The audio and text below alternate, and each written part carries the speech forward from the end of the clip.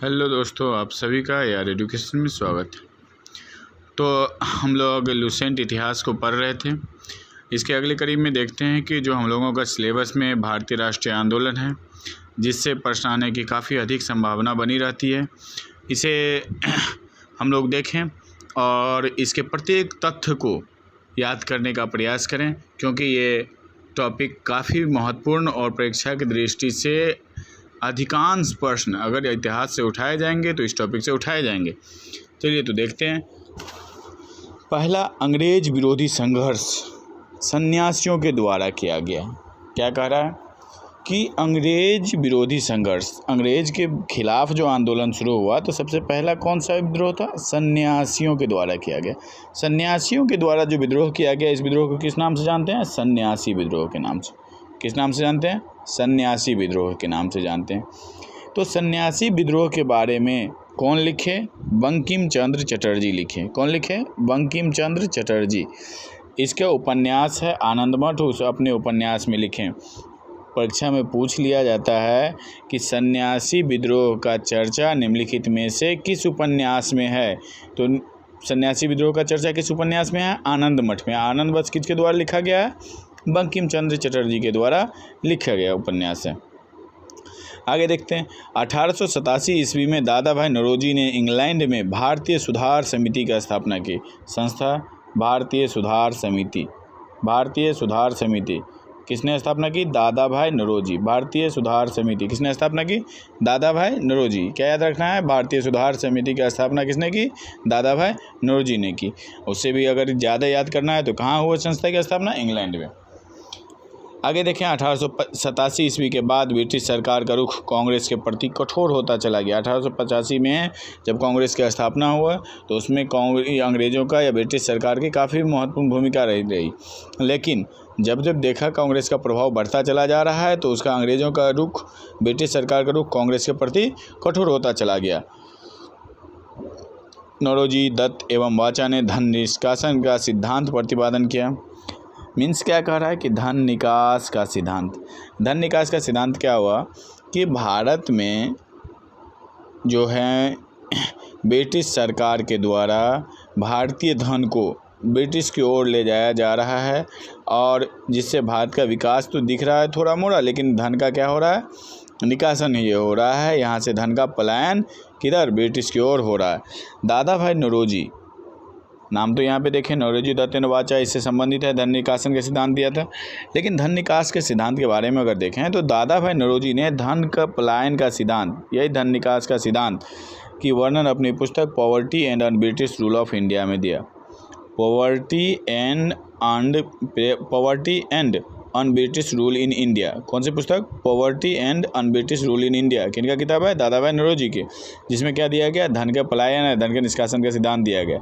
दादा भाई नौरोजी ने सबसे पहले बताया कि धन का पलायन हो रहा है, जो अपनी पुस्तक poverty and un British rule of India में लिखे। ब्रिटिश हाउस ऑफ कॉमन्स में चुनाव लड़ने वाले सबसे पहले भारतीय जो थे, सर्वप्रथम भारतीय दादा भाई नौरोजी थे। दादा भाई नौरोजी कहाँ लड़ने वाले सबसे पहले? भारतीय ब्रिटिश हाउस ऑफ कॉमन्स में। ब्रिटिश हाउस ऑफ कॉमन्स में चुनाव लड़ने वाले पहला आदमी कौन थे? पहले भारतीय कौन थे? दादा भाई नौरोजी। उन्होंने लिबरल पार्टी के उम्मीदवार के रूप में फिन्सबरी से 1892 में चुनाव जीता। किस पार्टी से? लिबरल पार्टी से खड़ा हुए थे। कहाँ से चुनाव जीता? ये ज़्यादा महत्वपूर्ण हम लोगों के लिए ये होता है कि ब्रिटिश हाउस ऑफ कॉमन्स में चुनाव लड़ने वाले प्रथम भारतीय कौन थे? दादा भाई नौरोजी। किस पार्टी के थे? तो लिबरल पार्टी से थे। अगर और अधिक याद करना चाह रहे हैं तो किस क्षेत्र से? फिन्सबरी से। कब? 1892 में चुनाव जीता। लेकिन कम से कम ये याद रख लेना है कि ब्रिटिश हाउस ऑफ कॉमन्स में चुनाव लड़ने वाले सर्वप्रथम भारतीय कौन थे? दादा भाई नौरोजी थे। किस पार्टी से थे? लिबरल पार्टी से थे। कर्जन ने 20 जुलाई 1905 में बंगाल विभाजन का निर्णय की घोषणा की। तो बंगाल विभाजन के निर्णय की घोषणा किसने की? कर्जन ने की। बंगाल विभाजन की घोषणा कब हुआ? 20 जुलाई 1905। घोषणा की है कि बंगाल विभाजन किया जाएगा। बंगाल विभाजन की घोषणा कब हुई? 20 जुलाई 1905 ईस्वी को। किन के द्वारा किया गया? लॉर्ड कर्जन के द्वारा किया गया। बंगाल विभाजन के विरोध में 7 अगस्त 1905, किसके विरोध में?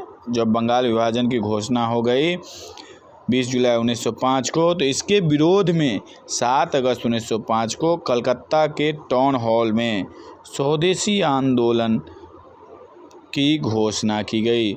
तो स्वदेशी आंदोलन की शुरुआत किसके उपरांत किया गया? बंगाल विभाजन के निर्णय के घोषणा के बाद। कौन सा आंदोलन? स्वदेशी आंदोलन। बंगाल विभाजन 16 अक्टूबर 1905 को प्रभावी हुआ। दोनों तिथि याद रखना है। बंगाल विभाजन के निर्णय की घोषणा कब हुई? 20 जुलाई 1905 को।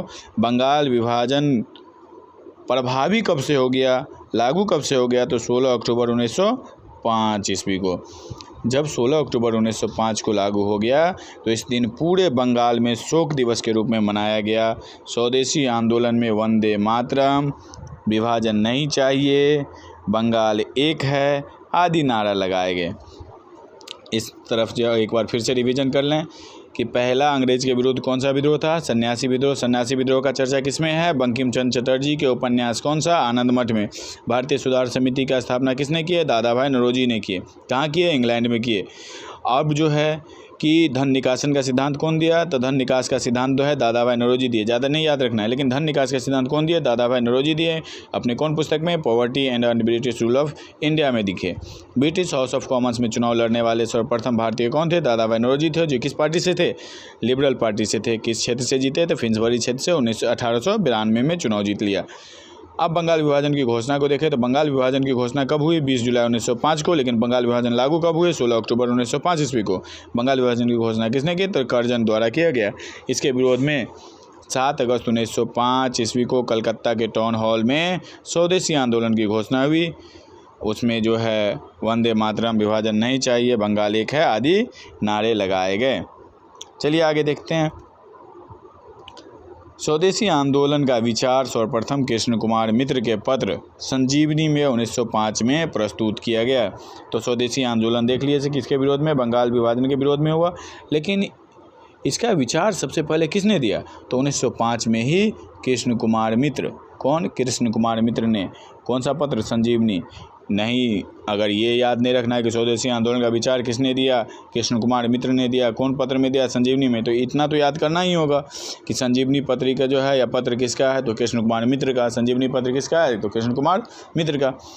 आंध्र के डेल्टा के इलाकों में स्वदेशी आंदोलन को वंदे मातरम आंदोलन के नाम से जाना जाता था। तो वंदे मातरम आंदोलन यदि पूछ ले किस आंदोलन को जाना जाता था आंध्र के क्षेत्र में, आंध्र के डेल्टा के क्षेत्र में, तो स्वदेशी आंदोलन को ही वंदे मातरम आंदोलन के रूप में जाना जाता था।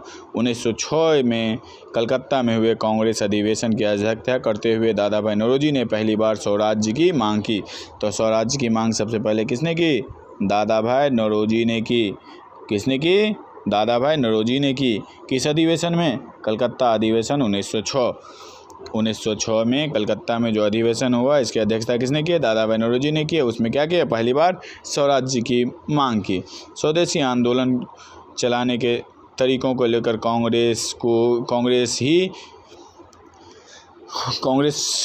इस स्वदेशी आंदोलन चलाने के तरीके को लेकर ही कांग्रेस 1907 ईस्वी में 1907 में कहाँ हुआ था अधिवेशन? सूरत अधिवेशन में। 2 दल, उग्रवादी दल और उदारवादी दल, मतलब नरमपंथी और गरमपंथी, 2 दलों में विभाजित हो गई। इस सम्मेलन की अध्यक्षता रास बिहारी बोस के द्वारा किया जा रहा था।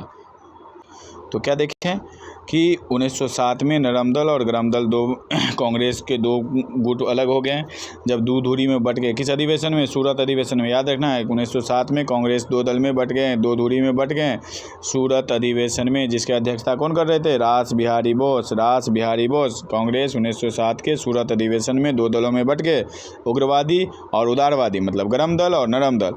इसके अध्यक्षता कौन कर रहे थे? रास बिहारी बोस। कारण क्या था देख लिए थे? स्वदेशी आंदोलन के तरीके को लेकर। स्वदेशी आंदोलन के अवसर पर ही रविंद्रनाथ ठाकुर ने अपना प्रसिद्ध गीत अमार सोनाल बांग्ला लिखा।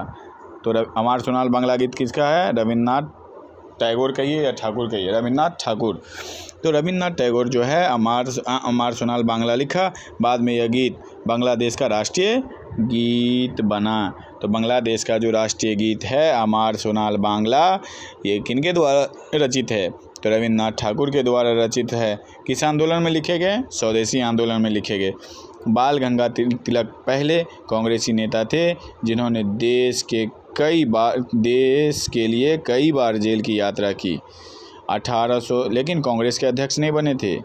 1897 में राजद्रोह के आरोप में 18 माह की कारावास हुई। फिर 1908 में राजद्रोह के आरोप में 6 वर्ष की कारावास हुई।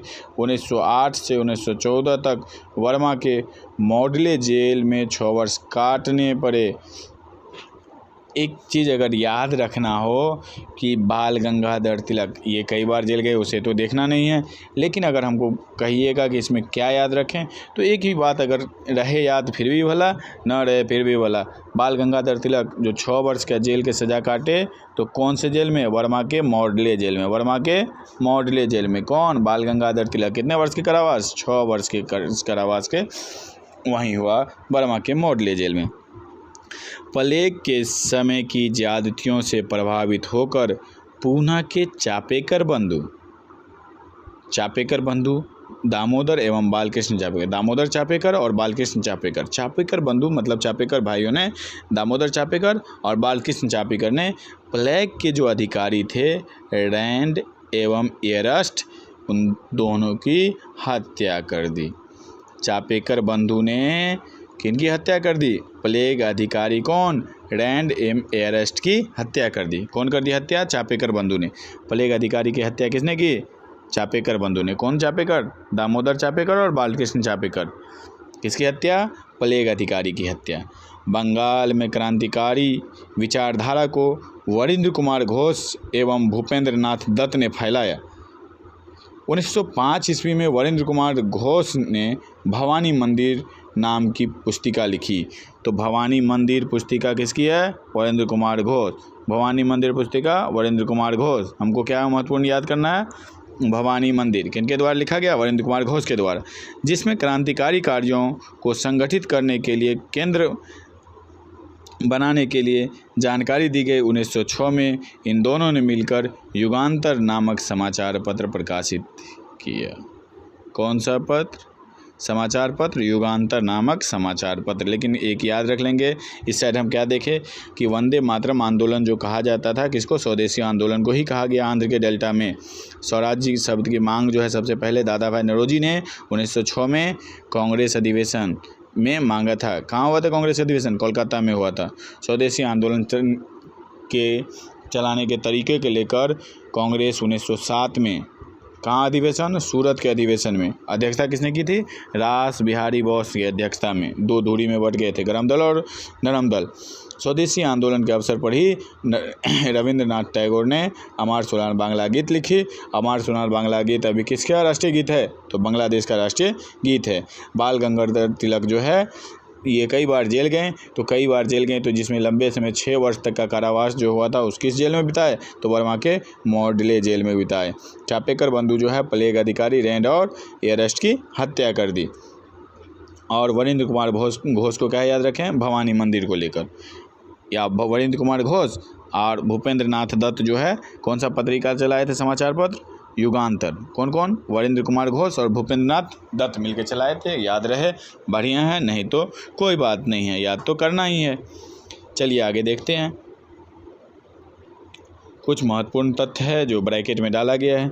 1893 में स्वामी विवेकानंद अमेरिका के शिकागो नगर पहुँचे। तो स्वामी विवेकानंद जो है अमेरिका के शिकागो कब गए? 1893 में स्वामी विवेकानंद अमेरिका के शिकागो नगर पहुँचे और वहाँ हो रहे सर्वधर्म सम्मेलन में पहले ही दिन इन्होंने 2 मिनट बोलने का समय दिया गया था मात्र। जैसा ही उन्होंने अपने वक्तव्य का संबोधन अमेरिका के भाइयों और बहनों के साथ शुरू किया, उसी समय तालियों की गड़गड़ाहट ने न केवल उन्हें बल्कि भारत को विश्व के सर्वोच्च देशों में लाकर खड़ा कर दिया। उन्हें तूफ़ानी हिंदू कहा जाने लगा। तूफ़ानी हिंदू किसे कहा जाने लगा? स्वामी विवेकानंद को। स्वामी विवेकानंद अमेरिका के हिंदू धर्म या सर्वधर्म सम्मेलन में जो है कहाँ गए थे? अमेरिका के कौन से शहर? शिकागो शहर गए थे। कब गए थे? 1893 ईस्वी में गए थे। याद रखेंगे 1893 में 14 1893 ईस्वी में 14 वर्ष के बाद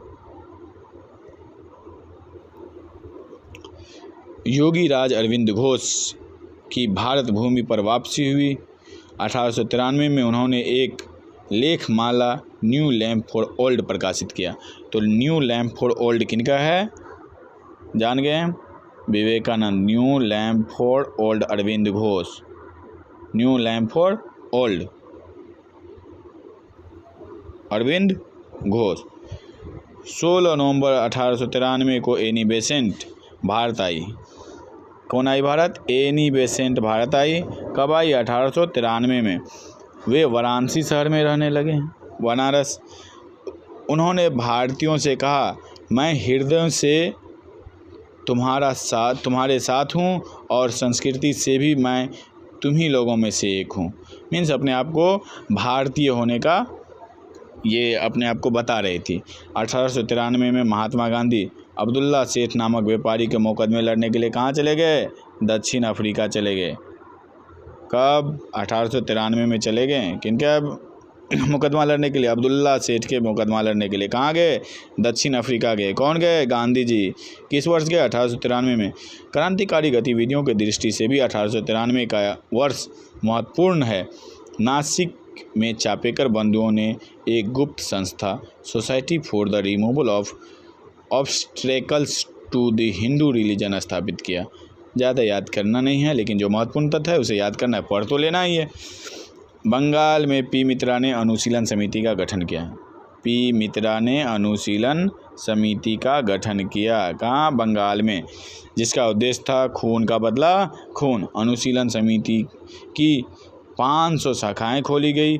अनुशीलन समिति ने हेमचंद्र कानूनगो को पेरिस भेजा। अनुशीलन समिति ने ही हेमचंद्र कानूनगो को पेरिस भेजा, जिसने रूसी क्रांतिकारी निकोलस सन फ्रांसिस्को से बम बनाना सीखा। कौन सीखा बम बनाना? हेमचंद्र कानूनगो। कौन भेजे थे? अनुशीलन समिति भेजे थे। कहाँ के क्रांतिकारी से सीखे? तो रूसी क्रांतिकारी से सीखे। महाराष्ट्र में विनायक दामोदर सावरकर ने 1904 ईस्वी में अभिनव भारत नामक संस्था स्थापित की। अभिनव भारत, वीडी सावरकर कहिए या विनायक दामोदर सावरकर कहिए। कब स्थापित किया अभिनव भारत? 1904 में। अभिनव भारत की स्थापना कौन किया? महाराष्ट्र में एक संस्था बनाए। कौन बनाए? विनायक दामोदर सावरकर। इसे वीडी सावरकर भी कह सकते हैं। अभिनव भारत संगठन के सदस्य पी.एन. वापट बम बनाने की कला सीखने के लिए पेरिस गए। महाराष्ट्र की क्रांतिकारी आंदोलन उभारने का श्रेय तिलक के पत्र केसरी मराठी को जाता है। तो हमको बस इतना याद रखना है कि तिलक केसरी जो पत्रिका मराठी भाषा में है, किनका है? बाल गंगाधर तिलक का है। केसरी किनका है? बाल गंगाधर तिलक का। तिलक ने 1893 में गणपति महोत्सव और 1895 ईस्वी में शिवाजी महोत्सव की शुरुआत की। 1893 में कौन महोत्सव? गणपति। और 1895 में शिवाजी महोत्सव बनाने का शुरुआत किया। वैलेंटाइन सिरोल ने बाल गंगाधर तिलक को भारतीय असंतोष का जनक कहा। वैलेंटाइन सिरोल ने भारतीय अशांति का जनक किसे कहा? बाल गंगाधर तिलक को कहा। महाराष्ट्र से महत्वपूर्ण क्रांतिकारी पत्र काल का संपादन प्रांजपे ने किया। काल पत्रिका का संपादन कौन किया? प्रांजपे। कौन किए? प्रांजपे। ये सब महत्वपूर्ण है, इसे याद ही करना है कि कुछ पत्रिका जो आधुनिक भारत हमारा सिलेबस में भी है और कुछ पत्रिका जो साथ साथ जो हम लोग देख रहे हैं लुसेंट में बहुत कम पत्रिका दिया हुआ, इसे याद ही करना है। तो प्रांजपे का कौन सा क्रांतिकारी पत्र था? काल। चलिए आगे बढ़ते हैं। प्रफुल्ल चाकी और खुदीराम बोस ने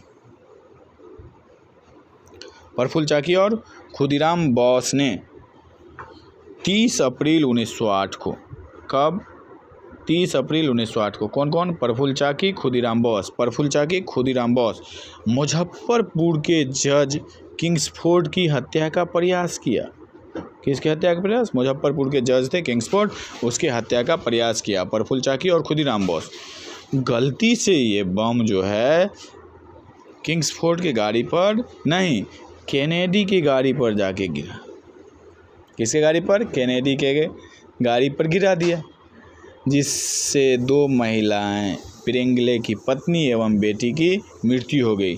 चाकी ने आत्महत्या कर ली और खुदीराम बोस को लगभग 18 वर्ष की अवस्था में 11 अगस्त 1908 ईस्वी को फांसी दे दिया गया। तो जज किंग्सफोर्ड की हत्या करने का प्रयास किसने किया? प्रफुल्ल चाकी और खुदीराम बोस। कब किए? 30 अप्रैल 1908 ईस्वी को किए। लेकिन कैनेडी के गाड़ी पर जाके वो बम गिर गया गलती से। उसमें दो महिलाओं की मृत्यु हो जाती है, जिसमें पिरेंगले की पत्नी और बेटी होते हैं। इसके कारण जो है प्रफुल्ल चाकी अपने आप को क्या कर लेते हैं? आत्महत्या कर लेते हैं। लेकिन खुदीराम बोस को 18 वर्ष की उम्र में ही 11 अगस्त 1908 ईस्वी को फांसी दे दिया जाता है। खुदीराम बोस बंगाल के क्रांतिकारियों के युगांतर दल के सक्रिय सदस्य थे। युगांतर दल के नेता वरिंद्र कुमार घोष थे। तो युगांतर दल के नेता वरिंद्र कुमार घोष। 1905 ईस्वी में लंदन में श्यामजी कृष्ण वर्मा ने इंडियन होम रूल सोसाइटी की स्थापना की। तो इंडियन होम रूल सोसाइटी की स्थापना किसने की? श्यामजी कृष्ण वर्मा ने। इंडियन होम रूल सोसाइटी की स्थापना श्यामजी कृष्ण वर्मा ने की। 30 दिसंबर 1906 को ढाका के नवाब सलीमुल्लाह खां के निमंत्रण पर सम्मेलन हुआ। नवाब वक़ारुल मुल्क इसके अध्यक्ष थे। कौन अध्यक्ष थे? नवाब वक़ारुल मुल्क। पूछे नहीं जाते हैं, लेकिन याद रखेंगे 1906 तो ये तो पूछे जाते हैं। 30 दिसंबर 1906 को नवाब सलीमुल्लाह खां। इसी सम्मेलन में अखिल भारतीय मुस्लिम लीग का उदय हुआ। अखिल भारतीय मुस्लिम लीग संस्था थी। इस संस्था की स्थापना कब हुआ? 30 दिसंबर 1906 को। किसने किया? नवाब सलीमुल्लाह खां और आगा खां ने। आगा खां और नवाब सलीमुल्लाह खां ने मिलकर किए थे। ठीक, कहाँ किए थे? ढाका में। लीग का संविधान 1907 ईस्वी में कराची में बना और इस संविधान के अनुसार प्रथम अधिवेशन 1908 ईस्वी में अमृतसर में हुआ, जहां आगा खां को इसका अध्यक्ष बना दिया गया। मुस्लिम लीग ने बंगाल विभाजन का समर्थन किया। कांग्रेस विरोध कर रहे थे, लेकिन ये क्या कर रहे हैं? समर्थन किया। चलिए आगे देखते हैं। अति महत्वपूर्ण तथ्य। भिकाजी रुस्तम कामा भारतीय मूल की फ्रांसीसी नागरिक थी। भिकाजी रुस्तम कामा भारतीय मूल की फ्रांसीसी नागरिक थी, जो जर्मनी के स्टुटगार्ट शहर में 22 अगस्त 1907 को आयोजित 7वीं अंतर्राष्ट्रीय कांग्रेस में तिरंगा फहराने के लिए जानी जाती है। इनके माता पिता पारसी थे। उन्होंने दादा भाई नौरोजी के निजी सचिव के रूप में भी काम की थी। तो हम लोगों को परीक्षा के दृष्टि से क्या याद करना है? तो याद ये करना है कि भिकाजी रुस्तम कामा जर्मनी के स्टुटगार्ट शहर में तिरंगा फहराया था। अपना झंडा, भारतीय झंडा, भारतीय राष्ट्रीय कांग्रेस के झंडा जो है सबसे पहले कौन फहराया है? तो भिकाजी रुस्तम कामा विदेशों में जर्मनी के स्टुटगार्ट में फहराए। कब फहराया? 1907 ईस्वी में। तो सबसे पहले विदेशों में भारतीय झंडा फहराने का श्रेय किसे जाएगा? भिकाजी रुस्तम कामा को। अब भिकाजी रुस्तम कामा कहाँ फहराए? जर्मनी के स्टुटगार्ट शहर में फहराए। कांग्रेस में तिरंगा फहराने के लिए जानी जाती है। माता पिता तो पारसी थे, ये जानना नहीं है, लेकिन ये जानना है एक बार, ये भी इम्पोर्टेंट हो जाएगा हम लोगों के लिए। दादा भाई नौरोजी के निजी सचिव के रूप में रुस्तम कामा रहे। भिकाजी रुस्तम कामा दादा भाई नौरोजी के निजी सचिव रहे। दादा भाई नौरोजी के निजी सचिव रहे। 1 जुलाई 1909 को मदन मोहन लाल ढींगरा ने विलियम कर्जन वायली को गोली मारकर हत्या कर दी। 16 अगस्त 1909 ईस्वी को मदन लाल ढींगरा को मृत्युदंड दिया गया। तो हमको याद रखना है कि कर्जन वायली की हत्या किसने की? मदन लाल ढींगरा ने की। कर्जन वायली की हत्या किसने की? मदन लाल ढींगरा ने की। कब? 1909 ईस्वी में। 21 दिसंबर 1909 को अनंत कान्हरे ने जैक्सन को गोली मार दी। ये ज़्यादा महत्वपूर्ण है, लेकिन ये याद है कि कर्नल वायली की हत्या किसने की? मदन लाल धिंगड़ा ने की। भले ही मदन लाल धिंगड़ा की फांसी हो गई, लेकिन कर्नल वायली की हत्या कर दी। वाइसराय लॉर्ड हार्डिंग ने 1911 में दिल्ली में भव्य दरबार का आयोजन किया। लॉर्ड हार्डिंग के समय में दिल्ली दरबार, जिसमें इंग्लैंड से सम्राट जॉर्ज पंचम और मेरी की स्वागत हुई। इस दरबार में 1911 में ही दिल्ली दरबार जो लगा, इसी दरबार में बंगाल विभाजन को क्या कर दिया गया? रद्द कर दिया। हुआ कब था? हम लोगों ने देख लिया था कि 16 अक्टूबर 1905 को क्या हो गए थे? प्रभावी हो गया था बंगाल विभाजन, लेकिन 1911 में बंगाल विभाजन को क्या कर दिया गया? रद्द कर दिया गया। बंगाली भाषी क्षेत्रों में को मिलाकर अलग एक प्रांत बनाया गया। बिहार एक राज्य बना। कब? 1911 में, जिसमें उड़ीसा भी शामिल था। तो बिहार एक राज्य कब बना? 1911 ईस्वी में। लेकिन परीक्षा में यदि रहे तो 1912 से काम करना शुरू हुआ, इसलिए 1912 लगाएंगे। लेकिन बिहार एक अलग राज्य कब बना? 1911 के ही दिल्ली दरबार में काम करना 12 से शुरू किए। राजधानी को कलकत्ता से दिल्ली ले जाया गया, जो अभी भी देखते हैं। तो पहले कहाँ थे भारत की राजधानी? कोलकाता, लेकिन 1911 में ही घोषणा हुई दिल्ली दरबार में कि भारत की राजधानी दिल्ली। 1912 ईस्वी में दिल्ली भारत की राजधानी बनी, जो अभी तक है। भारत की राजधानी दिल्ली कब बनी? 1912। उससे पहले कहाँ था? कोलकाता। 23 दिसंबर 1912 ईस्वी को रास बिहारी बोस ने दिल्ली में वाइसराय लॉर्ड हार्डिंग पर बम फेंका। कौन? रास बिहारी बोस। किस पर? लॉर्ड हार्डिंग पर बम फेंका। परिणाम स्वरूप 13 व्यक्ति गिरफ्तार किए गए। रास बिहारी बोस लॉर्ड हार्डिंग पे बम फेंक दिए, जिसमें 13 व्यक्ति गिरफ्तार किए गए। इसी का नाम याद रखना नहीं है, लेकिन रास बिहारी बोस बम फेंके, इसे याद रखना है। मास्टर अमीचंद, दीनानाथ, अवध बिहारी लाल, बाल मुकुंद, बसंत कुमार विश्वास, हनुमंत सहाय एवं बलराज। दीनानाथ दबाव में आकर सरकारी गवाह बन गए। तो कौन गवाह बने सरकारी? दीनानाथ और मास्टर अमीचंद। अवध बिहारी लाल और बाल मुकुंद एवं बसंत कुमार विश्वास को फांसी दे दिया गया। तो गवाह कौन बन गए सरकारी? दीनानाथ। गवाह कौन बन गए? किसका गवाह? लॉर्ड हार्डिंग पे जो बम फेंका गया था, उसमें सरकारी गवाह कौन थे? दीनानाथ। 1 नवंबर 1913 में अनेक भारतीयों ने लाला हरदयाल के नेतृत्व में सैन फ्रांसिस्को अमेरिका में, याद रखना है इसको, 1 नवंबर 1913 को लाला हरदयाल के नेतृत्व में, लाला हरदयाल के नेतृत्व में, कहाँ? San Francisco. सैन फ्रांसिस्को कहाँ है? ये भी पूछ लिया जाता है एग्जाम में कि सैन फ्रांसिस्को कहाँ है। तो सैन फ्रांसिस्को अमेरिका में गदर पार्टी की स्थापना की। कौन की गदर पार्टी की स्थापना? लाला हरदयाल ने। कब की गदर पार्टी की स्थापना लाला हरदयाल? 1 नवंबर 1913 ईस्वी को। सोहन सिंह भाखना इसके प्रथम अध्यक्ष और लाला हरदयाल इसके प्रथम मंत्री एवं काशीराम कोषाध्यक्ष चुने गए। 1 नवंबर 1913 को गदर अखबार का अंक प्रकाशित हुआ। जो गदर अखबार का पहला पत्र जो था, किस में था? किस अंक में? उर्दू में था, उर्दू भाषा में था। 9 दिसंबर 1913 से यह गुरुमुखी में छपने लगा। इसके प्रत्येक अंक के पहले पृष्ठ पर छपता था क्या? अंग्रेजी राज का कच्चा चिट्ठा। अंग्रेजी राज का कच्चा चिट्ठा। चलिए और आगे महत्वपूर्ण तथ्य है जिसे देखते हैं कि कामागाटा मारू प्रकरण था।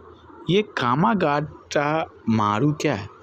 कामागाटा मारू जापानी जहाज को बाबा गुरुदत्त सिंह, याद रखेंगे, कहाँ के जहाज? जापानी जहाज। कौन? बाबा गुरुदत्त सिंह क्या करते हैं? किराया पर लेते हैं। किसको? कामागाटू मारू को। कामागाटा मारू, याद करिए, कामागाटा मारू क्या है? जापानी जहाज। कौन लेते हैं भाड़ा पर? बाबा गुरुदत्त सिंह। यह जलयान 351 यात्रियों के साथ 26 सितंबर 1914 ईस्वी को हुगली पहुंचा। याद रखेंगे कब? ईस्वी याद रखेंगे, डेट नहीं याद रखेंगे। 1914 ईस्वी को कामागाटा मारू प्रकरण जो था जहाज, जापानी जहाज, कब? गुरुदत्त सिंह जो भाड़ा पर लिए 1914 ईस्वी को।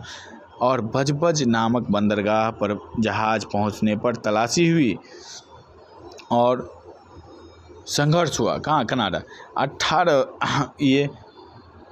बजबज नामक बंदरगाह पर पहुंचा और तलाशी हुई। 18 यात्री मार दिए गए, लगभग 25 यात्री घायल हुए। तो हमको याद रखना है कामागाटा मारू प्रकरण जो था, ये क्या है, जापानी जहाज़ है जिसको किराए पर कौन लिए, बाबा गुरुदत्त सिंह लिए। कब लिए, 1914 में लिए।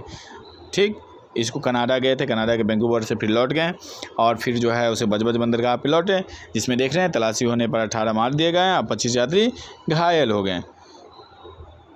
1915 में अंग्रेज सरकार ने केसरे हिंद की उपाधि, किसकी उपाधि, केसरे हिंद की उपाधि किसको देते हैं, महात्मा गांधी को देते हैं। महात्मा गांधी को किसकी उपाधि देते हैं, केसरे हिंद की उपाधि। कब दिया जाता है केसरे हिंद की उपाधि, 1915 में। कांग्रेस के लखनऊ अधिवेशन 1916 महत्वपूर्ण है, याद रखेंगे। कांग्रेस के जो लखनऊ अधिवेशन 1916 में हम लोग देखे थे, 1907 में जो रास बिहारी बोस के समय क्या हुए थे, दो धुरी दो दल में बट गए थे, नरम दल और गरम दल। वही दोनों 1916 में कांग्रेस के दोनों दलों में एकता हो गई। इसी अधिवेशन में मुस्लिम लीग ने भी कांग्रेस से मिलकर एक संयुक्त समिति की स्थापना की। किस अधिवेशन में, कांग्रेस के लखनऊ अधिवेशन में। इसका अध्यक्ष कौन थे, तो AC मजूमदार, या इसको पूरा बोलें अंबिका चरण मजूमदार। चलिए आगे देखते हैं। बाल गंगाधर तिलक ने स्वशासन प्राप्ति हेतु 28 अप्रैल 1916 ईस्वी को पूना में होम रूल लीग की स्थापना की। तो होम रूल लीग स्थापना, तो दोनों को एक बार देखें कि एक होम रूल लीग संस्था की स्थापना होता है। होम रूल लीग संस्था की स्थापना जो है दो करते हैं। दो कौन कौन है, बाल गंगाधर तिलक और दूसरा एनी बेसेंट। बाल गंगाधर तिलक और एनी बेसेंट दोनों क्या करते हैं, होम रूल लीग की स्थापना करते हैं। लेकिन अप्रैल में करते हैं और पूना में करते हैं बाल गंगाधर तिलक। अप्रैल में पूना में करते हैं बाल गंगाधर तिलक क्या, होम रूल लीग की स्थापना। लेकिन एनी बेसेंट क्या करते हैं, सितंबर में, दोनों 1916 है, लेकिन अप्रैल 1916 में होम रूल लीग की स्थापना कौन करते हैं, बाल गंगाधर तिलक। सितंबर 1916 में जो होम रूल लीग की स्थापना कौन करते हैं, एनी बेसेंट। यदि पूछ लिया जाएगा कि पूना में होम रूल लीग की स्थापना कौन किए, तब बाल गंगाधर तिलक। और मद्रास में होम रूल लीग की स्थापना कौन किए, तो एनी बेसेंट। लेकिन अप्रैल और सितंबर दिया रहे, फिर भी बाल गंगाधर, अप्रैल दिया रहे बाल गंगाधर, सितंबर दिया रहे एनी बेसेंट को। याद रखेंगे कौन, होम रूल लीग की स्थापना की गई। जॉर्ज अरुणडेल को लीग का सचिव बनाए, कौन, एनी बेसेंट। गांधी जी ने प्रथम विश्व युद्ध के समय लोगों को सेना में भर्ती होने के लिए प्रेरित किया कि जाओ सेना में भर्ती हो जाओ। कहाँ भर्ती हो जाओ, सेना में भर्ती। कौन विश्व युद्ध में, प्रथम विश्व युद्ध में। इसी के कारण गांधी जी को इन्हें भर्ती कराने वाला सार्जेंट कहा जाने लगा। भर्ती कराने वाला सार्जेंट क्यों कहे जाने लगे गांधी जी को, क्योंकि प्रथम विश्व युद्ध में लोगों को सेना में भर्ती होने के लिए प्रोत्साहित कर रहे थे। 1916 में गांधी जी ने अहमदाबाद के करीब साबरमती आश्रम की स्थापना की। गांधी जी अहमदाबाद में किसके करीब, साबरमती नदी के करीब साबरमती आश्रम की स्थापना की। कहाँ, अहमदाबाद में साबरमती आश्रम की स्थापना की। गांधी जी ने 1916 में साबरमती आश्रम की स्थापना कहाँ की, अहमदाबाद में। याद रखना है, बिहार के एक किसान, अति महत्वपूर्ण है, VVI कहिए। बिहार के एक किसान नेता राजकुमार शुक्ल, किसान के नेता कौन थे, राजकुमार शुक्ल, गांधी जी को चंपारण आने के लिए कहे। कौन, राजकुमार शुक्ल गांधी जी को कहाँ चलने के लिए, चंपारण आने के लिए कहा। क्यों कहे थे, आप लोग जान रहे हैं कि किसानों को 3 कठिया पड़ती या नील की खेती में कितना दबाव था। चंपारण आंदोलन के इस सूत्रधार की 20 मई 1929 को 54 वर्ष की आयु में मृत्यु हो गई। किसके, राजकुमार शुक्ल को। अंग्रेजी अधिकारी एमन, जिससे शुक्ल जी 25 वर्षों तक लड़ते रहे, उन्हें श्राद्ध क्रम के लिए, उनके जो श्राद्ध क्रम हुए उसमें 300 रुपये भेजा और कहा कि वह चंपारण का अकेला मर्द था। चंपारण का अकेला मर्द किसको कहा, एमन, राजकुमार शुक्ल को। राजकुमार शुक्ल ने गांधी जी से मिलने के लिए, वही जो लखनऊ अधिवेशन 1916 में देखे थे, वहीं जाकर उनको निमंत्रण किए। कहाँ आने के लिए? चंपारण आने के लिए। और किसानों को जो तिनकठिया पड़ती या नील की खेती की शोषण परक जो नीति थी उससे उसे मुक्ति दिलाने के लिए बुलाए थे। और चंपारण सत्याग्रह आंदोलन तो आप लोग जानते ही हैं कि 1917 में हो जाता है। तो अगला नेक्स्ट वीडियो, ये वीडियो लंबी होती जा रही है इसीलिए हम इसको यहीं रोक देते हैं, फिर नेक्स्ट डे 1916 के बाद पढ़ेंगे। Thank you.